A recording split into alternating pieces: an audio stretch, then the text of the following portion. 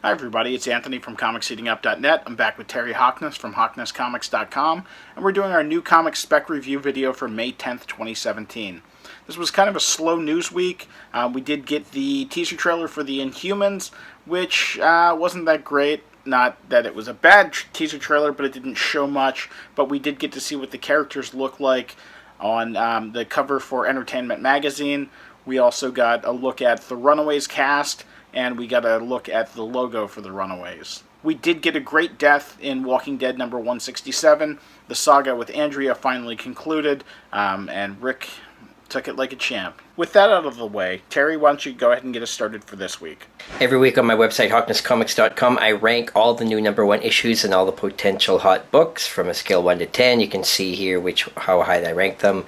I'm usually very picky. Well, lots of cool books this week. I've got a few main hot picks I'm going to highlight here, such as Regression number 1. This is another new series from Image, Cullen Bunn. Lots of buzz for this book, so this gets my biggest thumbs up for the week. I also had Regression on my list this week for two reasons. First, it's a new Image book, and I like to pick up new Image number 1s. They're just a good spec pick. Always pick it up, throw one in a back issue box, and just sit and wait and see how it does.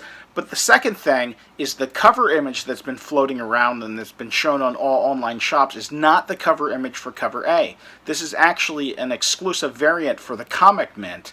So people might be going into the stores with the image in their head, and that's the book that they're looking for. However, they're not going to see it, so people might pass it up. But they might also be looking for that cover for the Comic Mint, so they might be going to eBay for looking for that. Overall, people might miss out on it. And also, there's the cool Spawn covers. It's got the little maggots that kind of tie in with the story, and it's in the shape of the Spawn mask. So there's the regular and the black and whites for that. I'm always a big supporter of Scout Comics. They've had a lot of success with the speculation market, and they've got another new book, Mindbender, debuting this week. Looks pretty cool. Already some store variants out there and everything. So buzz is growing for this book. Gets my thumbs up. Another book that both Terry and I had on our list this week when we were discussing things was Mindbender number 1 from Scout Comics. This is from James Pruitt. It's a fantastic read. I got the convention cover or convention book a few months back, and it's a really good read. James is the brother of Joe Pruitt from Aftershock. James and Joe have been working in comics a long time. Joe does Black Eyed Kids for Aftershock. Another book out from Scout this week is Solar Flare number 2. Solar Flare number 1 sold out quickly. The announcement didn't come out till much later, but talking to James Hayek, they knew early on that the book had sold out and would be going to a second print. They just waited a while to make the announcement to be 100% sure on everything. But they sold through the print run, and the print run was only 3,250 copies. So expect Solar Flare 2 to have a much smaller print run, as people tend to buy less issue number 2s, and stores tend to order less of them. So this one could be really hard to find. And Vault Comics has had a lot of hit success this year, and Heathen was a surprise hit. And there is a second printing, and we know second printings always have smaller print runs, so when you have a surprise hit with the first print, beware that there could be continued interest in second printing, so this could be another hit book for them as well. Another can't-miss book for me this week is All-Star Batman number 10. Normally I don't spec a lot of DC books, nor do I spec Batman usually. However, this is Scott Snyder, and Scott Snyder's introducing a new character called Allie. This is the first appearance of Allie. In any first appearance Batman books I like to grab. Another book I have a pretty good chance is Tekken. This is the latest from Titan Comics, and it ties into a classic video game, so might have some surprise interest there.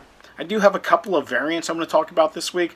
First up is the 1-in-15 Helen Chen, all-new Wolverine number 20. It's sold out at Midtown, and it sold out fairly early, and that's usually a good sign for a book. Like I said, I think this one's a 1-in-15. It's got great cover art. It's worth checking out. Old Man Logan number 23 has a Bill Sienkiewicz cover.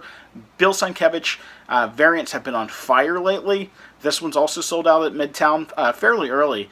And again, that's a good sign. So I see this one as being one to get if you can find it at your shop, and you can find it at your shop fairly cheap. The big boy of the week seems to be Deadpool 30. There's a Rob Liefeld variant. I'm not sure what the ratio is on this one. Midtown had it at a ridiculous price. That doesn't mean anything. You can't always go by what Midtown prices are. However, this seems to be the big boy variant of the week. As always, guys, thanks for watching. We do appreciate the feedback. both on comicseatingup.net and on YouTube. If you're on YouTube, hit the thumbs up button, give us a like, give us a comment in the comment section, give us a comment on comicseatingup.net. Thanks.